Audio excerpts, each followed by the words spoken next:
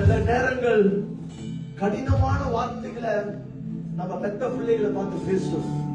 ஏன் அந்த வார்த்தையை பேசுறோம்? அவங்களை வெறுக்கிறதுனால அல்ல, அவங்க நாளைக்கு நல்லா இருப்பதற்காக. சில நேரத்தை சொல்லி பேசிட்டு அந்த அம்மாவை பின்னால வடிச்ச கண்ணீர் அந்த பெற்றோர்களுக்கு மட்டும்தான் தெரியும்.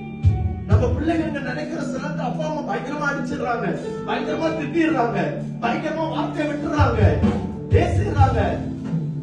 நம்ம வேற அன்பு இல்ல, வாசல்ல நினைக்கிறோம். இல்லங்க, உங்களை திட்டுறதுக்கு, உங்களை அடிச்சதுக்கு, உங்களை ஏசுறதுக்கு, அந்த வார்த்தையை கடினமா பயன்படுத்துறதுக்கு காரணம் நாளை நீ நல்லா இருக்குன்றதுக்காக தான். அப்படி சொன்னவர்களும் பேசினவர்களும் நீ அழிஞ்சு போவதற்காக அல்ல, நீ வாழ்வதற்காக.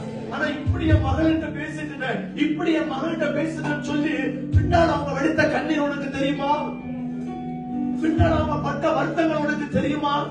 எத்தனை பெற்றோர்கள் என் மகளை இப்படி பேசிட்டேன், என் மகனை இப்படி பேசிட்டேன்னு சொல்லி அவங்க சாப்பிடாம இருந்த நேரங்கள் உனக்கு தெரியுமா? தெரியுமா சகோதரா? நான் சொல்றேன் ஈஸியா, எங்க அம்மாக்கு அக்கறை இல்லை, எங்க அம்மாக்கு அன்பு இல்ல, அந்த நாள் எப்போதும் திட்டிக்கிட்டு இருக்க, எங்க அம்மா எப்போதும் இப்படிதான் பேச இல்ல. நீ நல்லா இருப்பதற்காக ஒருத்தர் கடினமா பேசுறாங்கன்னா, வீட்டில் உள்ளவர்கள் பெற்றவர்கள் உங்களை அதிகமா திட்டுறாங்கன்னா, உங்களை வெறுக்கிறதுனால இல்லைங்க, உங்க மேல நேசத்தை வைத்திருக்காங்க, பாசத்தை வைத்திருக்கிறாங்க.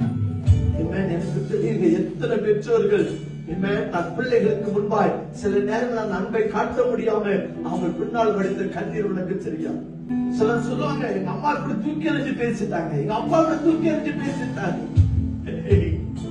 தூக்கி எறிகிறா உன் தாயின் கற்பு உருவாகும் பொழுது உன்னை என்னைக்கு அந்த கரு கழிச்சிருக்கலாம். நீ பெத்த போது என்னைக்கோ தூக்கி போட்டு போயிருக்கலாம். இன்னைக்கு உலகத்துல பாக்குற எத்தனையோ அப்பா அம்மா பிள்ளைகளை தூக்கி போட்டு போயிருக்கிறாங்க, தட்டு கொடுத்துட்டு போயிருக்கிறாங்க, வித்துட்டு போயிருக்கிறாங்க. ஆனா இன்னைக்கு உங்க அப்பா அம்மா உங்களை வளர்த்து இவ்வளவு உட்கார வச்சிருக்காங்கன்னா அவர்கள் உங்கள் மேல் வைத்திருக்கிற அன்பும் பாசத்தினால்தான். எத்தனை வாழ்க்கையில கஷ்டங்களை அவங்க கடந்து வந்தாங்க, எத்தனை உபத்திரத்தை கடந்து வந்தாங்க, எத்தனை போராட்டத்தை கடந்து வந்தாங்க, எத்தனை அம்மா அப்பா இல்லாம தன் பிள்ளைகளுக்கு வாழ்க்கை தியாகம் செய்து கண்ணீரோடு வாழ்ந்து நடத்தி வந்திருக்கிறாங்க. எத்தனை வீட்டுல ஆண் தொடை இல்லாமல், உதவி இல்லாமல் எத்தனை தாய்மார்கள் தியாகம் பண்ணி தன் பிள்ளைகளை வளர்த்து இருக்கிறாங்க.